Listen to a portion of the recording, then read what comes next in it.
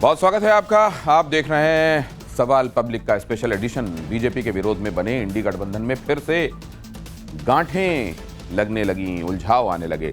लोकसभा चुनाव के पहले बड़ी परीक्षा होने वाली, लेकिन सीट बंटवारे को लेकर आपस में विवाद। लोकसभा चुनाव के बाद यह बड़ी परीक्षा होने वाली है, लेकिन सीट बंटवारे को लेकर आपस में यह विवाद बढ़ता जा रहा है। महाराष्ट्र से लेकर यूपी और झारखंड तक लगभग हर जगह असहज स्थिति बनती जा रही है। झारखंड में लालू यादव की पार्टी कांग्रेस और जेएमएम के खिलाफ मुखर होकर बोल रही है, तो महाराष्ट्र में कांग्रेस और शिवसेना उद्धव गुट के नेता दबे सुर में एक दूसरे की निष्ठा पर, इंटीग्रिटी पर सवाल उठा रहे हैं।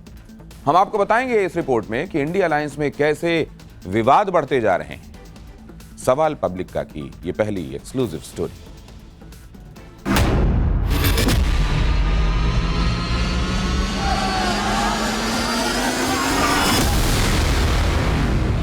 लिख के ले लो, इंडिया गठबंधन का तूफान आ रहा है।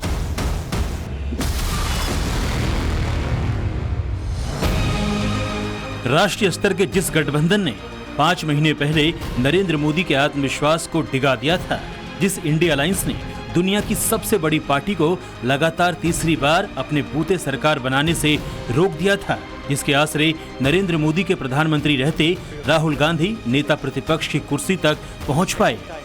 मोदी विरोधी पार्टियों की जिस एकता ने नई लकीर खींच दी थी, वो 170 दिन बाद ही सवालों के चक्रव्यूह में खड़ा है। लोकसभा चुनाव के बाद पहली अग्नि परीक्षा में ही विश्वास में बिखराव के आरोप लग रहे हैं। जहां तक दरारों का सवाल है, इंडिया अलायंस का अर्थ ही दरार है। वो अलायंस कहाँ है? वो दरार ही दरार है जिसमें रफू नहीं लग रहा है। ये सिर्फ सियासी नश्तर भर नहीं है। महाराष्ट्र से लेकर झारखंड व यूपी तक जिस तरह सीटों को लेकर माथापच्ची चल रही है इंडिया अलायंस में, जिस तरह की नाराजगी है, उसे देखते हुए लोग जानना चाहते हैं, क्या वाकई इंडिया अलायंस में घमासान मचा हुआ है? क्या महाराष्ट्र और झारखंड में इंडी गठबंधन टूटेगा, या फिर चुनाव से पहले ये सारे विवाद सुलझा लेंगे?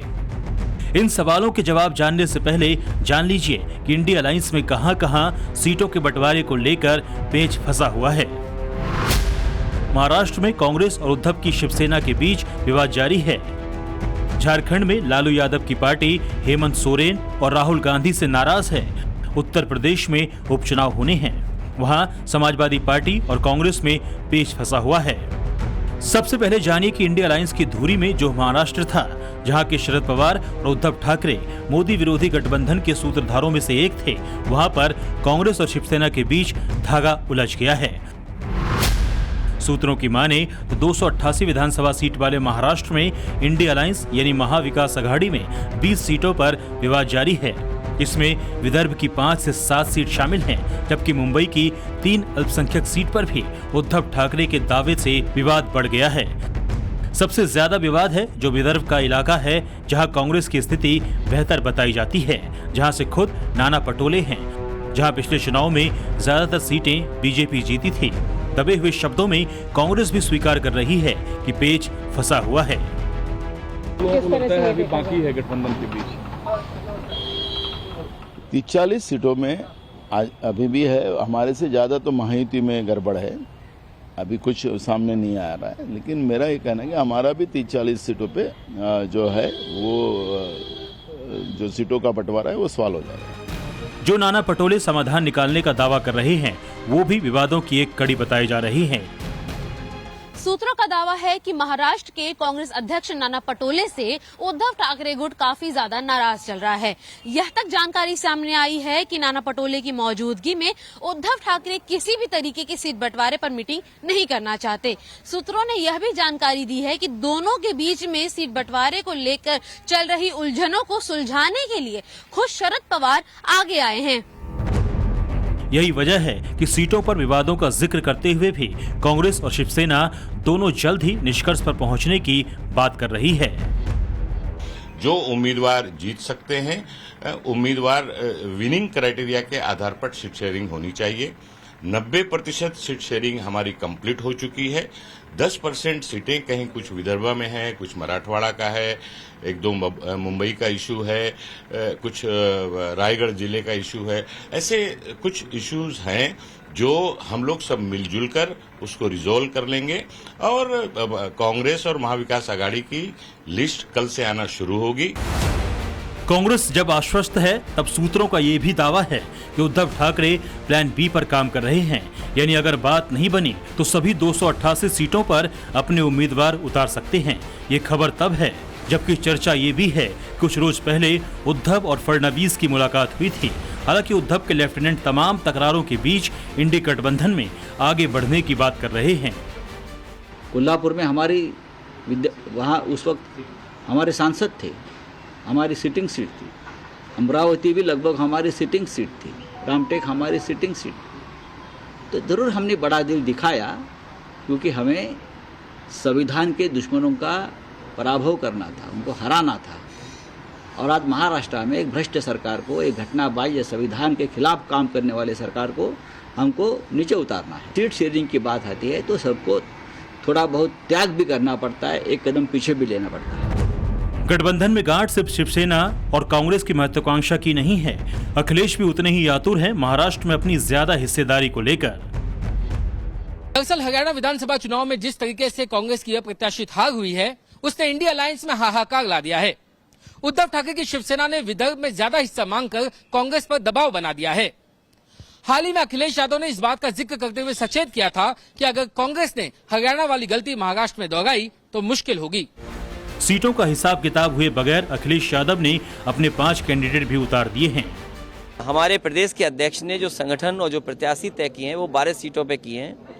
हमें उम्मीद है कि समाजवादी पार्टी को वहां पर सीटें मिलेंगी और हम लोग चुनाव लड़ेंगे।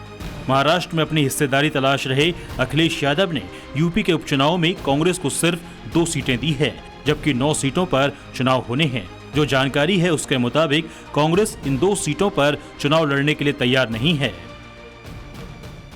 सूत्रों का यह दावा है कि यूपी कांग्रेस की ओर से कांग्रेस नेतृत्व को यह बता दिया गया है कि 2 सीटों पर चुनाव लड़ने से कार्यकर्ताओं में निराशा आएगी।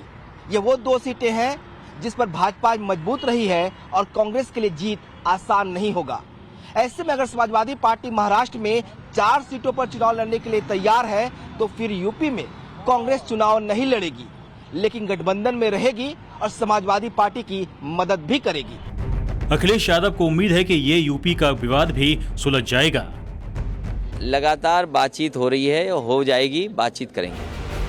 यूपी के उपचुनाव में तकरार को खत्म करने की मशक्कत के बीच झारखंड में रार बेहिसाब है। 2 रोज पहले हेमंत सोरेन के आवास पर कांग्रेस और राष्ट्रीय जनता दल के साथ दिन भर बैठक चलती रही।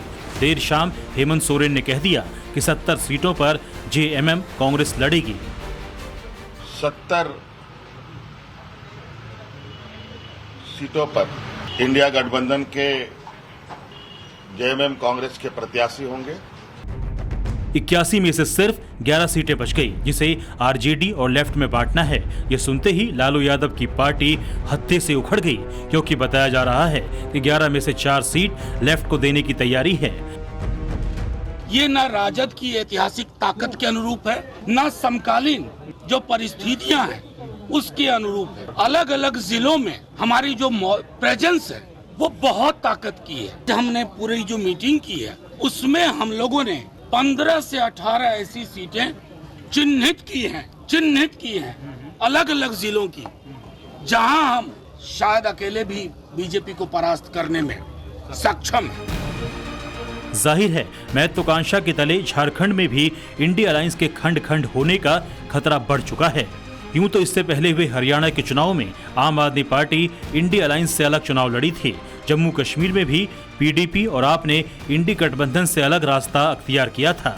लेकिन महाराष्ट्र, झारखंड और यूपी में अगर बात बिगड़ती है तो सवाल कई उठेंगे। और अब तक जो सीटों की चाह दिख रही है उसी ने इंडिया अलायंस के भविष्य पर सवाल खड़े कर दिए हैं। Bureau report, times now Navbharat. सवाल पब्लिक का अगली स्टोरी। योगी आदित्यनाथ ने जो मंत्र हरियाणा के लिए दिया था वो ऐसा हिट हुआ कि उसकी मांग महाराष्ट्र के चुनावों में भी होने लगी। बीजेपी का हर नेता चाहता है कि योगी उनके लिए चुनावी रैली कर दें। महाराष्ट्र बीजेपी अध्यक्ष की माने तो उनके पास अब तक 20-25 ऐसे उम्मीदवारों की रिक्वेस्ट आ गई है जो अपने यहां योगी की डिमांड कर रहे हैं। महाराष्ट्र के लिए योगी कैसे उपयोगी? सवाल पब्लिक का दूसरी एक्सक्लूसिव।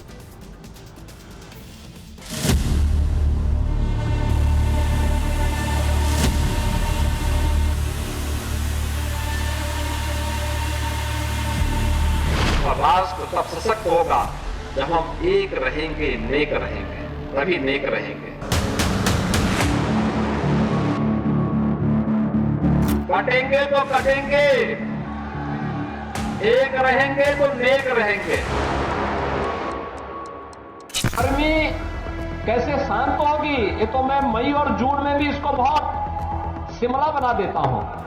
यही वो तेवर है जिससे चुनावी पिच पर योगी आदित्यनाथ की डिमांड हाई हो जाती है। महाराष्ट्र के बीजेपी उम्मीदवार अपने क्षेत्र में सीएम योगी की चुनावी रैली करवाना चाहते हैं। स्टार कैंपेनर के तौर पर बीजेपी उम्मीदवारों की पहली पसंद योगी आदित्यनाथ हैं। कई उम्मीदवारों ने बीजेपी के शीर्ष नेतृत्व से गुजारिश की है कि उनकी विधानसभा में योगी जनता को संबोधित करें। कई ने तो डायरेक्ट सीएम योगी के ऑफिस से संपर्क साधना शुरू कर दिया है। ये सब कुछ इसलिए क्योंकि योगी मतलब जीत की गारंटी।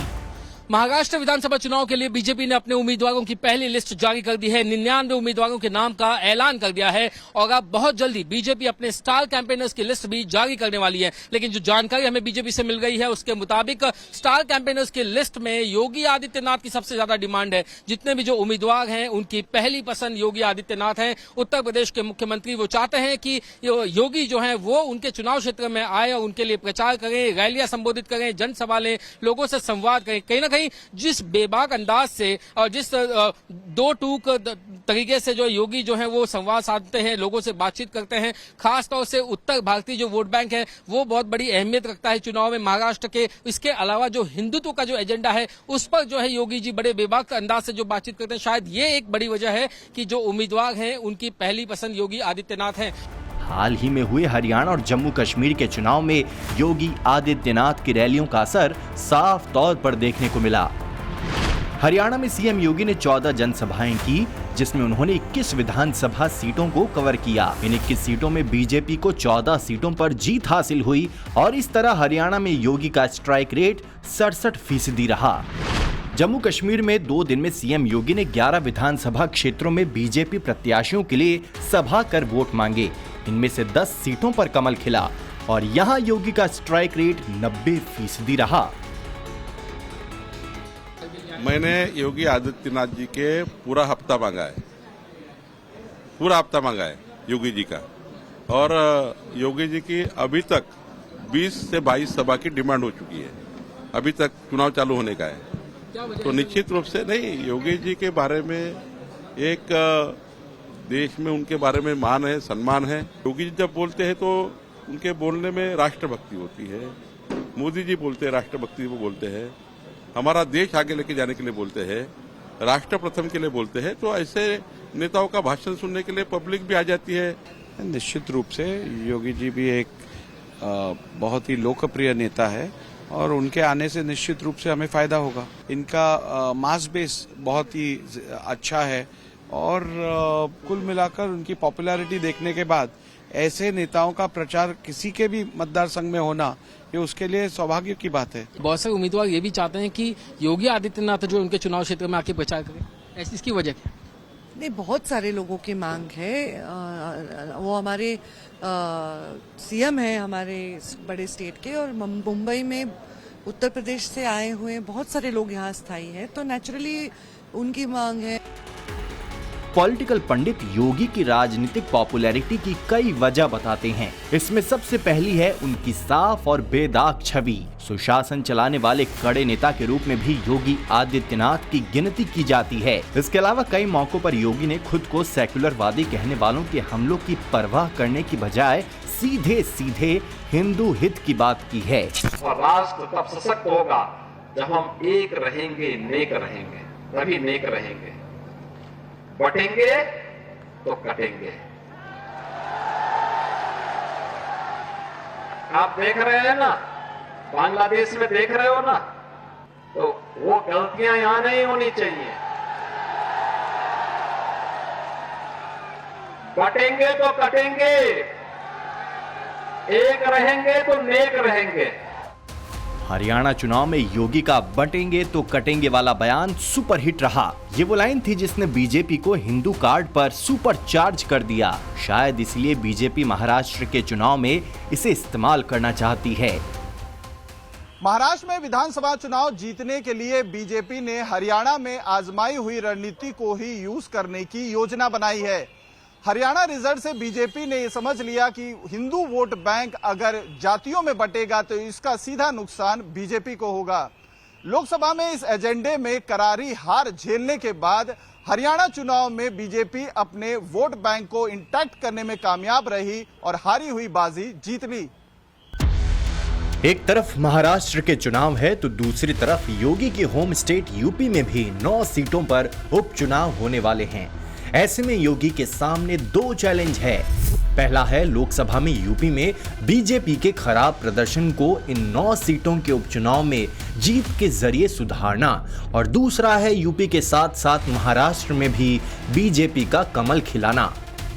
यूपी में 13 नवंबर को उपचुनाव के लिए मतदान होना है, वहीं महाराष्ट्र में 20 नवंबर को 288 सीटों पर मतदान होना है। ऐसे में देखना होगा कि बीजेपी योगी की कहां-कहां कितनी रैलियां करवाती है। हरियाणा रिजल्ट के बाद कहीं ना कहीं बीजेपी ने भी अपनी आंखों पर लगा चश्मा साफ किया है। पार्टी को शायद ये समझ में आ रहा है कि अगर उनका वोट बैंक जातियों में बटा तो इसका सीधा सीधा नुकसान पार्टी को झेलना पड़ेगा। तभी तो योगी के बाद पीएम मोदी और अब आरएसएस भी जाति और हिंदुत्व के मुद्दे पर बीजेपी और आरएसएस सेम पेज पर हैं। कांग्रेस और उसके साथियों का एक ही मिशन है, समाज को बांटो, लोगों को बांटो और सत्ता पर कब्जा करो। इसलिए हमें अतीत से सबक लेना है। हमें हमारी एकता को ही देश की ढाल बनाना है। हमें याद रखना है, अगर हम बटेंगे तो बांटने वाले महफिल सजाएंगे। दुर्बल रहना अपराध है। हम अगर दुर्बल है, असंगठित है, तो उसका मतलब हम अत्याचार को निमंत्रण दे रहे हैं। निमित्त कुछ नहीं चाहिए, हम दुर्बल है, यह निमित्त पर्याप्त है। और इसलिए जहां कहीं भी हम हैं वहां संगठित रहना, सशक्त रहना, किसी से शत्रुता नहीं करना, हिंसक नहीं बनना, योगदान देने वाले बनना, परंतु इसका अर्थ दुर्बल रहना नहीं, अशक्त रहना नहीं। इसको हमको करना ही पड़ेगा। इसी कड़ी को आगे बढ़ाते हुए बीजेपी के राष्ट्रीय अध्यक्ष जेपी नड्डा ने भी मुंबई में संतों के साथ संवाद स्थापित किया है। इस मीटिंग में हिंदू, जैन, स्वामी नारायण, पारसी, सिख और बौद्ध धर्मों के संत महात्मा शामिल हुए।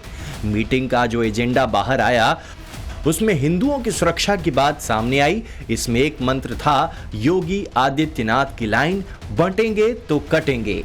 साफ है कि बंटेंगे तो कटेंगे वाला मैसेज बीजेपी के कोर वोटर तक पहुंच रहा है। बस संत लोग का यही उद्देश्य है कि सब हिंदू पहले तो जागृत होके एक हिंदू संगठन करें।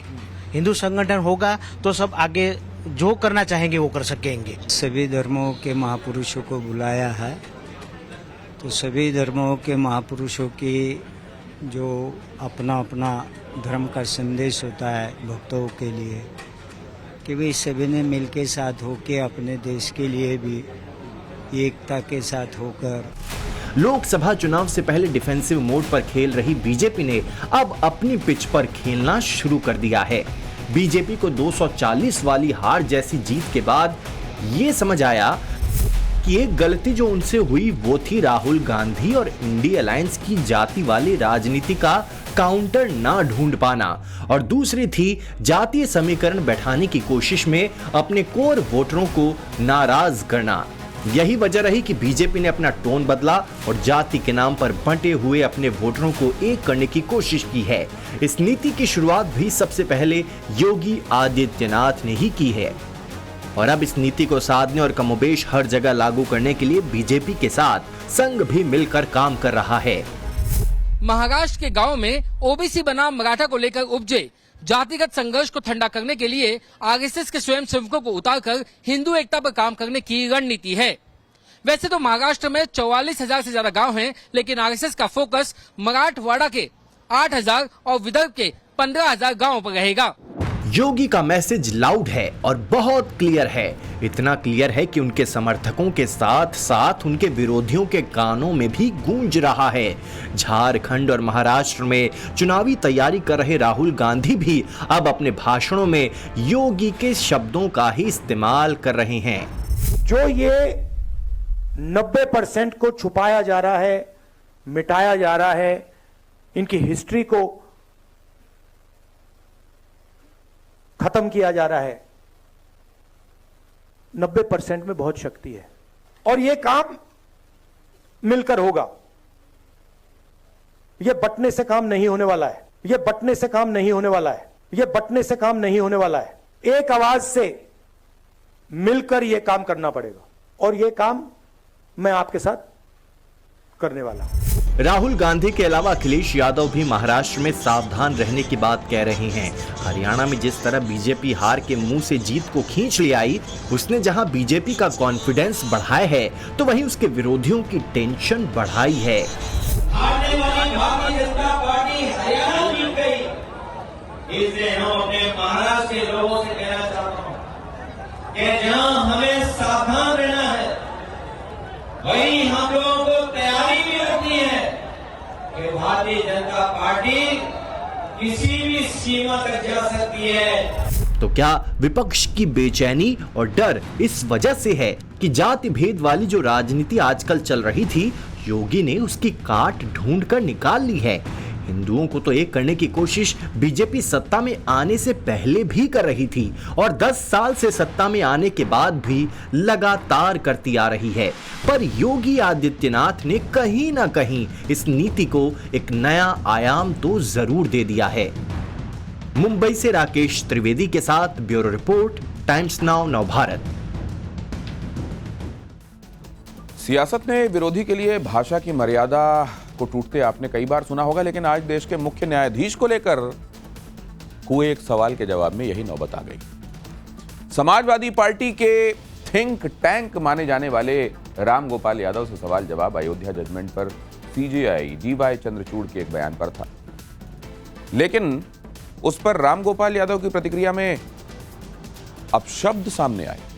राम गोपाल यादव की सफाई भी आ गई, लेकिन यह मामला अपने पीछे ये सवाल तो जरूर छोड़ गया कि क्या ये अयोध्या को लेकर वोट बैंक वाली चिढ़ है।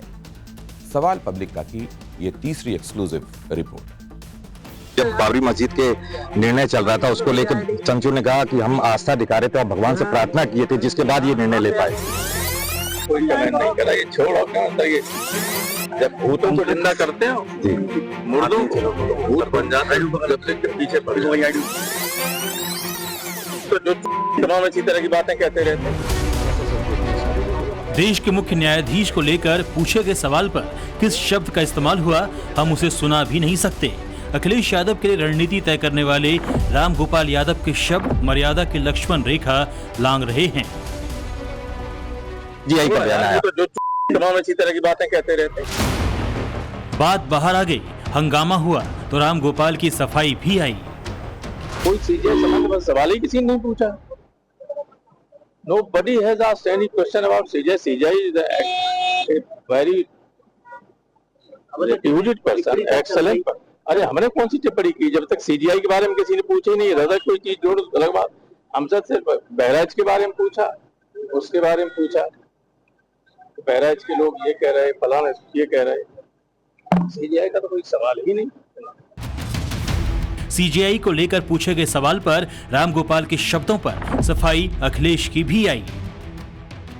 प्रोफेसर साहब ने एक रिमार्क दिया सीजीआई को लेके, क्या आपके नॉलेज में वो है? अगर नहीं है तो क्या आपको लगता है कि उनको उस पर अब माफी मांगनी चाहिए? नहीं, मेरी नॉलेज में नहीं है, लेकिन कोई भी सीजीआई महत्वपूर्ण पद पे बैठे हुए समाजवादी पार्टी कभी भी किसी के बारे में नहीं कह सकते, और मेरी जानकारी में नहीं क्या कहा है, लेकिन हम सब उनका सम्मान करते हैं सीजीआई। सीजीआई चंद्रचूड़ को लेकर हुए सवाल पर अपशब्द तो कहे ही गए, अपशब्द पर बेशर्मी से झूठ भी बोला गया।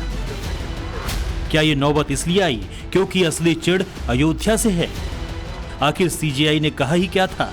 यही ना कि फैसला मुश्किल था और आस्था से शक्ती मिली और अयोध्या का हल मिला। जेव्हा आम्ही अयोध्येचं काम माझ्या पुढे आलं होतं, आणखी आम्ही 3 महिने अयोध्येच्या कामावर आम्ही विचार करत होतो, म्हणजे शेकडो वर्ष ज्याला कोणी सोल्युशन मानलं नाही ते काम आमच्या पुढे आलं होतं. आम्हाला कोणालाही माहिती नव्हतं याच्यात मार्ग कसा शोधता येईल. त्यावेळेला मी आपल्या दररोजच्या दैनंदिन जीवनात माझी जी पूजा करतो तेव्हा मी देवांच्या पुढे भगवंतांच्या पुढे मी बसतो तिथे आणि मी त्यांना सांगितलं ह्याच्यात मार्ग तुम्हीच शोधून द्या, आणि आपला जर का विश्वास असेल, आपली आस्था असेल तर मार्ग आपल्याला नेहमी देव शोधून देतात। अयोध्या पर फैसला 5 जजों की संवैधानिक पीठ ने दिया था। 5 जजों की बेंच में उस समय के मुख्य न्यायाधीश जस्टिस रंजन गोगोई, बाद में सीजीआई बनने वाले justice Sharad Arvind Bobde, justice Ashok Bhushan, justice S Abdul Nazeer और आज के सीजीआई DY चंद्रचूड़ थे। 500 वर्षों के बाद अयोध्या के विवाद पर फैसला आसान नहीं था, लेकिन सीजीआई चंद्रचूड़ ने जब उसी असाधारण परिस्थिति की बात की, उनको कहां से रास्ता मिला ये सत्य सामने रखा तो एक और अपशब्द तो दूसरी ओर सेकुलरवाद का पाठ पढ़ाने की कोशिश हुई। अब देश आस्था की बुनियाद पर चलेगा या संविधान से चलेगा? अब आस्था की बुनियाद ही अगर है तो फिर तो हमारी आस्था का क्या? हाँ, तो संविधान से चलेगा ना देश तो। और आप तो जजमेंट भी दे चुके हैं अयोध्या के ऊपर, तो हम क्या समझे अब इस बात को? हम तो देख रहे हैं ना क्या चल रहा है देश के अंदर, कौन किसकी तरफ। आस्था बनाम तथ्य की ढील लेकर सीजीआई चंद्रचूड़ के ऊपर निजी हमले भी हुए। In one sentence, I can categorize him. CGI is a deceptive and hypocrite. What he speaks on stages,